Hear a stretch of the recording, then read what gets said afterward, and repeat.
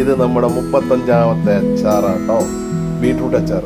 ഇങ്ങനെ ഓരോ ദിവസം ചെല്ലുന്തോറും നമ്മളിങ്ങനെ അച്ചാർ ഉണ്ടാക്കി പുതിയ പുതിയ അച്ചാറുകൾ പുറത്തിറക്കുന്നതാണ്.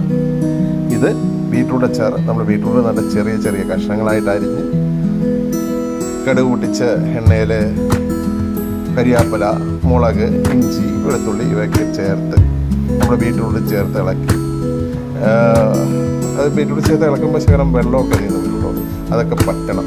അത് പറ്റിക്കഴിയുമ്പോൾ നമ്മൾ ശകലം ചൊറുക്കെ ഒഴിച്ച് പിന്നെ നമ്മുടെ പൊടി കാശ്മീരി ചില്ലി ചേർത്ത് പിന്നെ അച്ചാർ പൊടി, ഉപ്പ്, കായം ഇവയൊക്കെ ചേർത്ത് നല്ല തിക്കായിട്ട് ഒരു പരുവത്തിൽ ഇങ്ങനെ കൊണ്ടുവരികയാണ്. നല്ല സൂപ്പർ ടേസ്റ്റാണ്, അടിപൊളിയാണ്.